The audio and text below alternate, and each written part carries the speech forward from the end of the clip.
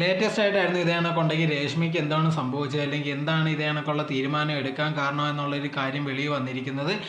ഒരുപാട് പേര് നേരത്തെ പറഞ്ഞൊരു കാര്യമാണ് ഇതേ കണക്കുണ്ടെങ്കിൽ പെട്ടെന്നുള്ളൊരു തീരുമാനമായിരുന്നു ഇതേ കണക്കുണ്ടെങ്കിൽ രേഷ്മ എടുത്തിരുന്നത്, ആത്മഹത്യ ചെയ്യുന്നത്. പക്ഷേ അങ്ങനത്തെ ഉള്ളൊരു കാര്യമല്ലെന്ന് മനസ്സിലായിട്ടുണ്ട്. ഇത് കാരണം എന്ന് പറഞ്ഞാൽ ഇതേ കണക്ക് കുഞ്ഞിനെ ഉണ്ടെങ്കിൽ അച്ഛൻ്റെ അടുത്ത് കൊണ്ടുപോയി നിർത്തിയിട്ടാണ് രേഷ്മ ഉണ്ടെങ്കിൽ തിരിച്ചു വന്ന് ഇങ്ങനത്തെ ഉള്ളൊരു കാര്യം ചെയ്തിരിക്കുന്നു. സോ ഇതിൽ നിന്ന് മനസ്സിലാക്കാൻ സാധിക്കുന്നതെന്ന് പറഞ്ഞാൽ ഇതിനു മുമ്പ് തന്നെ ഈ തീരുമാനം എടുത്തിട്ടുണ്ട്.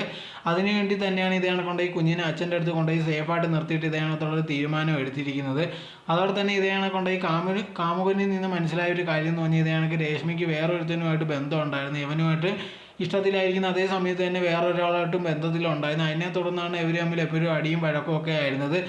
ഇങ്ങനത്തെ ഉള്ളൊരു കാര്യം ഉണ്ടെങ്കിൽ നമ്മൾ എപ്പോഴും കണ്ടുകൊണ്ടിരിക്കുന്നതാണ്. ഇപ്പോൾ ഒരു റിലേഷനിൽ ഇരിക്കുന്ന സമയത്ത് തന്നെ വേറൊരാളുമായിട്ട് ബന്ധം അല്ലെങ്കിൽ വേറൊരാളുമായിട്ട് കമ്പനി ഉണ്ടാകുന്നതൊക്കെ നമ്മൾ കണ്ടുകൊണ്ടിരിക്കുന്നത് ഒരുപാട് കാര്യങ്ങൾ നടക്കുന്നുണ്ടായിരുന്നു. അതേ കണക്ക് തന്നെയാണ് ഇപ്പോൾ രേഷ്മയ്ക്ക് ഉണ്ടെങ്കിൽ ഇതേ പുതിയതായിട്ടുള്ളൊരു റിലേഷൻഷിപ്പിൽ ഇരിക്കുന്ന സമയത്ത് തന്നെയാണ് വേറൊരാളുമായിട്ട് ബന്ധം. അങ്ങനെ ഇരിക്കുന്ന സമയത്ത് ഇവർ നമ്മൾ അതിനെക്കുറിച്ച് ചർച്ച ചെയ്യുക, അത് ഭയങ്കരമായിട്ട് അടിയാവുകയും കാര്യമാവുകയും ചെയ്യുന്നത്. പിന്നെ ഇതിൻ്റെ ഒരു മനപ്രയാസത്തിലാണ് ഇതേ കണക്കുണ്ടെങ്കിൽ രേഷ്മ ആത്മഹത്യ ചെയ്തെന്നുള്ളൊരു വിവരമാണ് ഇപ്പോൾ കിട്ടിയിരിക്കുന്നത്.